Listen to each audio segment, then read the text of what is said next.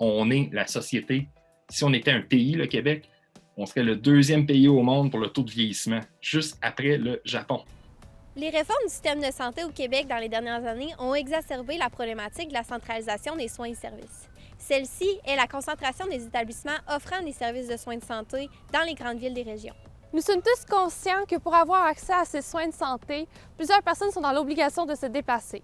Pour répondre à cet enjeu nous affectant tous de proche ou de loin, nous avons bâti un projet étudiant dans le cadre de nos cours au Cégep de Victoriaville. Ce projet d'équipe, composé de Chloé Bouchard, Miguel Tremblay, Guillaume Jolicoeur et moi-même, Pascal Bellefeuille, avons décidé de produire un vidéo-documentaire dans le but de sensibiliser les élus de la MRC d'Arthabasca et les citoyens de la MRC à la problématique de l'exode rural des aînés dû à la centralisation des soins et services. Le concept de la centralisation des soins et services vers les pôles urbains régionaux comprend 3 concepts importants.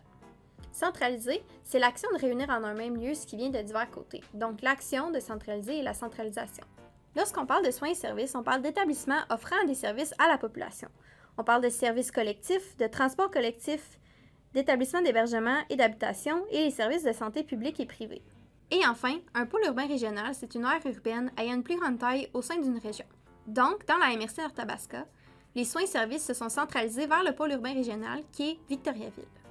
Ce phénomène varie grandement au sein de la population aînée, qui regroupe une très grande diversité d'individus. Moi, c'est Gaston Bizneuf, puis je viens de Saint-Louis de Blanford. Moi, je travaillais dans le mécanique, puis après, je travaillais dans le meuble. Je faisais de la reproduction antique à Saint-Louis. Je reste à Shortwell, en résidence. Ah, c'est parce que tant que ma femme est décédée, moi, je ne sais pas faire à manger, puis je ne sais pas faire la lavage, parce que je suis dans la résidence. Je n'ai pas grand besoin, moi, je suis en parfaite santé. Monsieur Gaston Vézina a vécu un exode rural lorsqu'il fut nécessaire pour sa femme d'avoir un accès à des soins et services de santé plus fréquemment. Toutefois, il fut mentionné que si ces services avaient été offerts dans son village natal, ceux-ci y seraient restés. Quand tu travaillais comme... Moi, je m'appelle Denise Plourde Sacotte. Puis, je travaillais comme infirmière. Bon, moi, je suis Louis Sacotte, moi je suis d'origine française. C'est Victoriaville. Ouais. Ça fait 3 ans et demi, 3 ans et demi qu'on est là. Parce que notre garçon demeure à Daverdeville. Oui, c'est...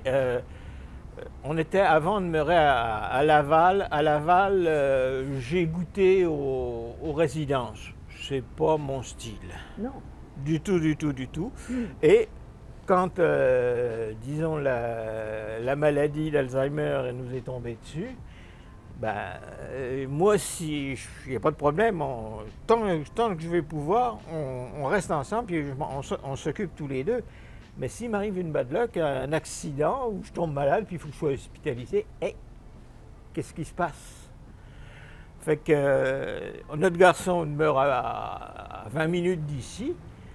Donc, lui a accepté de prendre la responsabilité s'il arrivait quelque chose. On a réglé tous les papiers, on a tout fait ce qui était possible et impossible. Je pense qu'on a peut-être oublié des choses, mais on a essayé de faire le maximum. À Laval, là, contrairement à ce qu'on peut penser, les grands centres sont des fois bien plus pauvres qu'en région. Parce qu'on a trouvé à Laval, on a été accueillis et encadrés. Eh mon Dieu, oui. Après ça, on a eu la Société d'Alzheimer qui nous a offert 2 heures de répit dans la semaine. On a le service social, la même chose, 2 heures de répit dans la semaine, ce qui me permet, moi, de sortir puis d'aller respirer un peu, parce que j'aime bien marcher, mais Denise, c'est pas facile pour elle. Dernièrement, le service social, on jasait avec eux, ils m'ont dit comment ça va, la cuisine? Alors, je dis, moi, je fais la cuisine, j'ai pas de problème avec ça, le marché aussi.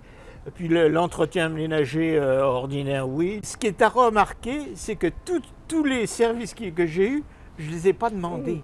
On me les a offerts. Et c'est important. Ça, on n'avait pas ça à Laval. C'est parce que moi, maintenant, à cause de mon Alzheimer, je ne peux plus conduire. Je ne peux plus aller... ça fait que on s'est rapproché de notre garçon et nos petits-enfants. Là, avec la pandémie, c'est un peu difficile parce que quand on est arrivé, on a eu, en priorité, droit à un médecin de famille. Et on était très contents, très satisfaits. C'était une docteure. Et chose rare, elle prenait le temps de t'écouter. Ah oui, hein, c'est bien. Et ça, moi, j'estime que c'est une chose très importante parce qu'en termes de santé, quand tu vas chez le médecin et que tu ne files pas, s'il t'écoute, quand tu ressors, ça va déjà mieux. Ouais. Ben, c'est ils appellent ça le répit. Fait que il y a quelqu'un qui vient à la maison parce que Denise ne peut pas rester toute seule. Bon, ce serait juste la question de l'Alzheimer, mais elle a fait deux commotions cérébrales. Fait que moi, si je sors, puis que je reviens une demi-heure après, puis qu'elle est par terre, là, il y a un problème. Donc, il faut absolument que quelqu'un soit là. Et c'est ça le but. Quelqu'un vient, reste à la maison, reste avec Denise, ils vont jaser, il n'y a pas de soins. Mhm. Nous autres, on a les soins, ses soins personnels, elle est encore capable de s'en occuper, Oui, donc oui, ça, il n'y a pas de problème. il n'y a pas de problème. Ben, moi, ça me permet d'aller m'oxygéner un peu. Ça empirait. Ben, moi, j'ai dit, mes enfants, je ne dis pas qu'ils ne peuvent pas me garder pour une demi-journée en attendant que j'ai une place, mais tout de suite, tout est organisé pour que je rentre tout de suite dans un... Ben, à condition qu'ils trouvent une place. Ben oui. Tu sais, les jeunes, ils travaillent, puis ont des enfants, puis... Bien que cette situation n'est pas un cas d'exode rural traditionnel, il démontre bien l'importance des services de soins de santé à domicile. Présentement, j'habite à Victoriaville. La première raison, c'est que j'ai vécu un divorce. Alors, j'ai dû m'en aller dans un endroit central parce que je n'ai pas de voiture présentement. Alors, où je suis installée, mais j'ai facilement accès au marché, à la pharmacie, et aussi de l'autre côté, je suis pas loin du centre-ville. C'est ça. C'est un cheminement parce que quand tu n'as jamais habité... D'abord, où j'habite, moi, c'est une petite RPA. Il n'y a pas de repas, sauf qu'on a des services qui nous sont offerts, comme on peut avoir accès à une femme de ménage, on peut avoir accès à 2 heures de loisirs quand c'est pas la pandémie, là, 2 heures de loisirs par semaine aussi. Quand j'ai des besoins, j'en parle, je l'ai dit. Mais c'est peut-être pas tous les aînés qui sont capables de s'affirmer ou qui ont la santé et, mettons, la clarté d'esprit pour être capables de s'exprimer pour que leurs besoins soient aidés, qu'ils soient répondus à leurs besoins, dans le fond. Je me prends en main et puis je vais chercher ce dont j'ai besoin. Je vais vous donner un exemple. Moi, j'ai pas de véhicule, je vous l'ai dit tout à l'heure. Pour faire mon marché, j'ai été chercher, il y a une coopérative de soutien à domicile qui existe à Victoriaville. Ça s'appelle le BRIA. Fait que, avec cette entreprise-là, moi, je vais faire des commissions 2 heures ou 15 jours. Ça peut être mon marché, ça peut être, j'ai un 2 heures avec cette personne-là, puis je peux faire mes commissions. Fait que pour moi, ça répond à mon besoin. Si j'en avais besoin de plus, j'irais chercher toutes les semaines. Mais aussi, j'ai des amis. Avec le temps, je me suis construit un autre filet social, on peut dire. Des fois, ça leur fait plaisir aussi de rendre service parce que les personnes à qui on demande, c'est des personnes bien souvent qui sont à leur retraite, qui ont le temps. Il est possible de remarquer que la réalité des aînés dans la MRC varie grandement. Chaque aîné vit le vieillissement différemment selon les conditions découlant du système de santé québécois, comme l'explique M. Pierre-Luc Lupien, qui effectue ses recherches dans la région de la Gaspésie. Moi, Pierre-Luc Lupien, je suis professeur de sociologie au Cégep de la Gaspésie et des Îles. Tu sais, quand on parle de cette question-là, la centralisation des personnes âgées, c'est la question, gros terme compliqué, la recomposition socio-démographique des milieux ruraux au Québec. Ça veut dire comment qu'on occupe le territoire, c'est en train de changer sans rien que le vieillissement. Tu sais, comment ça se fait là, que, tu sais, je donne l'exemple de Matane, qui est comme mon exemple qui revient tout le temps, là, parce que je trouve que il est frappant, là, c'est que la résidence des bâtisseurs, exemple, ça, c'est là, puis c'est à Matane, puis tous les villages autour les gens semblent s'en aller se concentrer là. Fait que ça fait, tu sais, l'occupation du territoire est plus comme répartie là, dans toutes sortes d'endroits, elle va comme être uniquement dans une place. Ça, c'est ça quand on parle de recomposition. Puis la vie sociale, elle sera pas la même. Je me rends compte que oui, il y a une tendance à la concentration de la population, tu sais, celle des petites collectivités rurales. qui vont se retrouver dans des centres régionaux pour plein de raisons. Mais ça reste encore une hypothèse à vérifier. Puis cette hypothèse-là, j'essaie de la vérifier en Gaspésie. Ça ne veut pas dire que dans le centre du Québec, MRC d'Arthabasca, c'est exactement ça. De là que je reviens tout le temps, c'est comme ma phrase que je dis tout le temps, mon leitmotiv.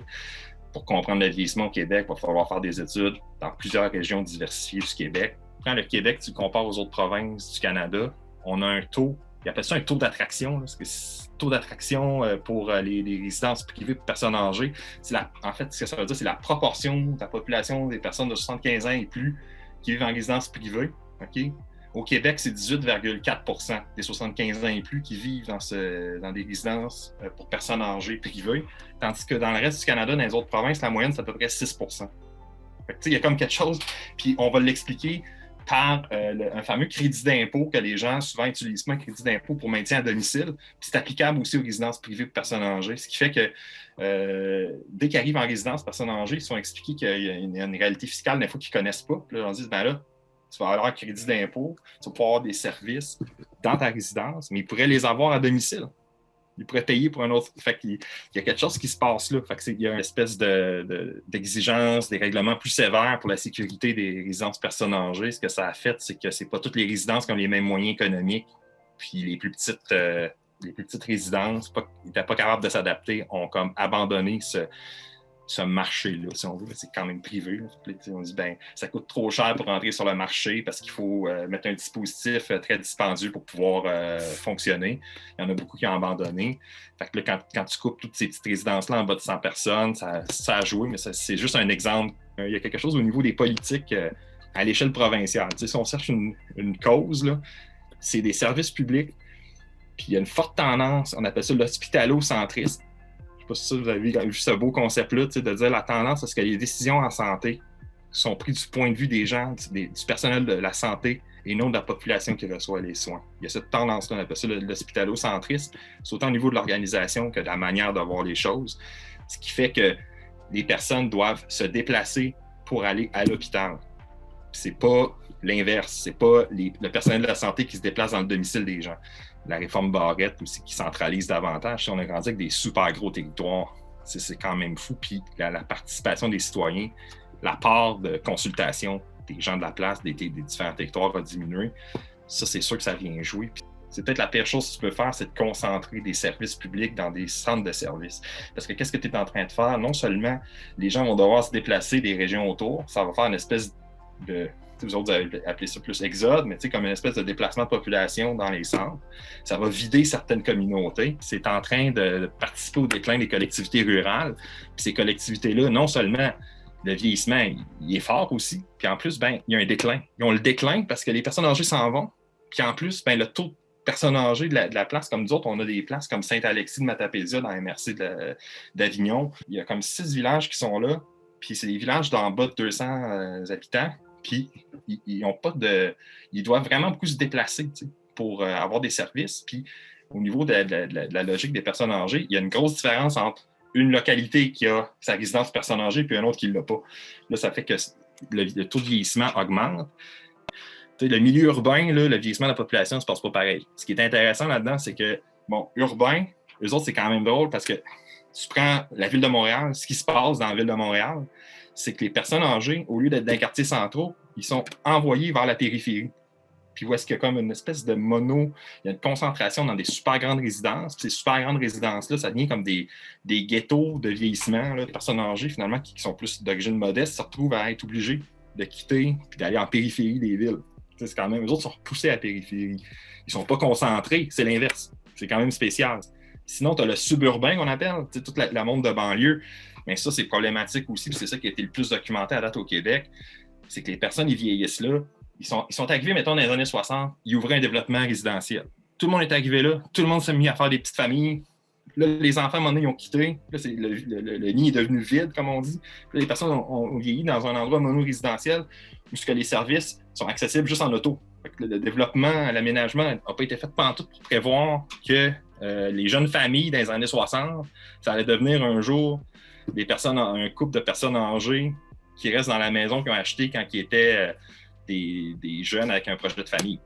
Ils appellent ça la ruralité périurbaine. Ça, c'est la première forme. Puis c'est elle qui est en train de se faire envahir par les projets de développement résidentiel. Tu sais, je donne un exemple, mettons, dans Laurentides, Mirabel, là, je veux dire, les projets résidentiels sont en train d'envahir les bonnes terres agricoles du Québec. Tu arrives ruralité intermédiaire, là, ça concernerait plus le centre du Québec. Puis là, c'est des zones à, on va dire, géométrie variable. Tu sais, c'est dans le sens que ça va être l'activité qu'il va avoir là, le type d'agriculture qui s'est implanté, le type d'activité industrielle qu'il va avoir, ça va varier, puis c'est pour ça que tu sais, mais il y a quelque chose de spécifique. C'est pas la même chose que la ruralité à côté des villes, puis c'est pas la même chose non plus que, mettons, la Gaspésie, qui serait la ruralité périphérique, le troisième type. Là, puis même à l'intérieur de la ruralité périphérique, je vais vous parler de l'Abitibi, je peux vous parler de la Côte-Nord, puis je peux vous parler du Québec. Mon idée, c'est de vous dire que même dans ces trois catégories-là, quand on regarde une catégorie à la fois, ça varie beaucoup. Je dirais, pour l'exode rural, habituellement, c'est comme deux concepts. La concentration, c'est quand les gens ils vont rester dans le milieu rural, mais ils vont aller dans la capitale régionale, ils vont aller dans le centre de service, mais ils vont rester dans les statistiques, ils vont rester dans un milieu rural. T'sais. Tandis que l'exode rural, ils vont avoir quitté un milieu rural, puis ils vont être rendus dans un centre, dans une zone métropolitaine. Ils vont être vraiment rendus dans une zone urbaine, mettons Montréal, Gatineau, Québec. Ils vont se retrouver là. Là, ils ont vraiment fait un exode rural des personnes âgées. Suite à ce portrait global de la centralisation au Québec, il est nécessaire de comprendre comment cet enjeu se traduit dans la MRC d'Arthabasca. Alors, Patrick Paulin, je suis conseiller municipal en charge de la politique des aînés à Victoriaville. À ce titre, je préside le comité consultatif de la politique des aînés qui chapeaute également l'accréditation municipalité Amis des aînés à Victoriaville. On assiste justement à un exode vers la ville de centralité de notre MRC qui est Victoriaville parce qu'on a une concentration de services. Et ça va avoir un impact. On parle beaucoup de mixité sociale. Une municipalité vivante est une municipalité qui a autant des jeunes, des enfants, des familles, des adultes sur le marché du travail, mais aussi des aînés. Donc quand on a une proportion de population qui devient majoritaire, on va avoir un déséquilibre au niveau de cette mixité sociale et ça va créer des problématiques. Donc l'apport des aînés qu'on voit, puisque la municipalité de Victoriaville enregistre un taux de personnes de plus de 65 ans qui est supérieur à la moyenne régionale. Donc on voit que ça amène une dynamique sociétale qui va être différente et des problématiques sociales qui vont en découler également. La centralisation des services, qu'on pense des services de santé, notamment pour les personnes aînées, mais aussi l'habitation.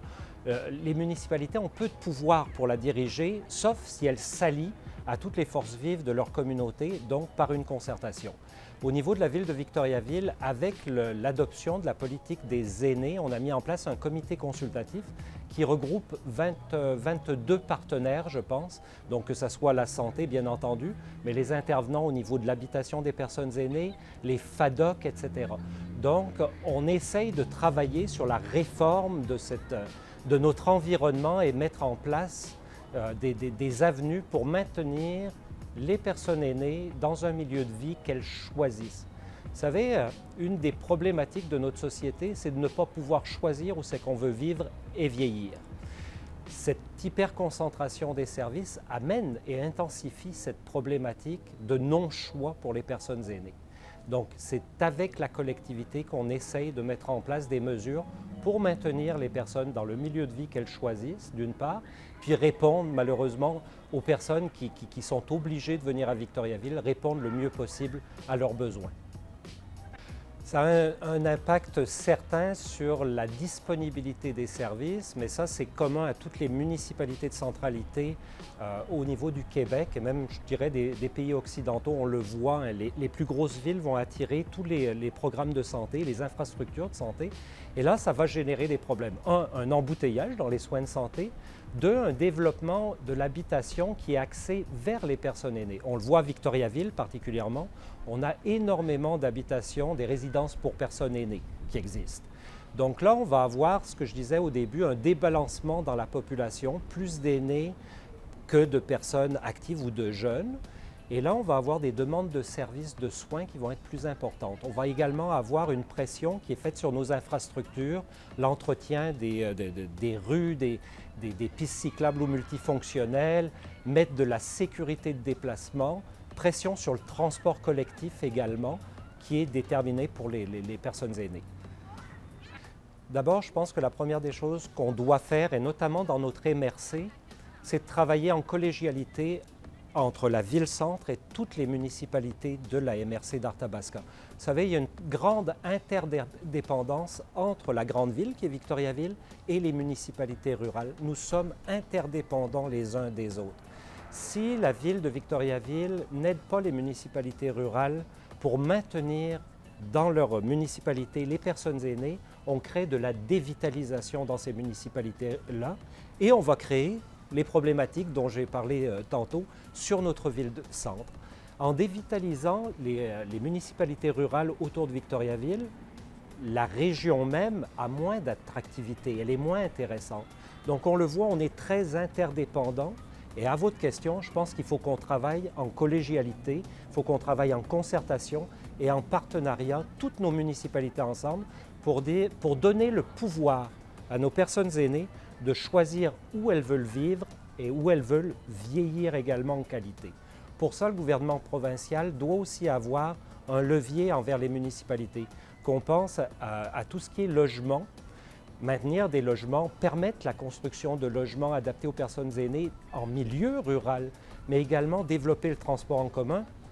C'est sûr que demain matin, on ne pourra pas avoir un centre de vaccination ou des médecins dans nos 22 municipalités rurales de la MRC. Mais si on a un transport en commun qui est efficace et efficient, bien, nos personnes aînées qui vivent dans ces milieux ruraux-là pourront aller aux soins de santé de Victoriaville et retourner chez elles. Donc, il faut avoir une aide du gouvernement au niveau du développement de l'habitation dans les milieux ruraux et du transport régional. Puisque les aînés ont tant contribué à la construction de la société québécoise d'aujourd'hui, il est important de leur offrir des conditions de vieillissement adéquates.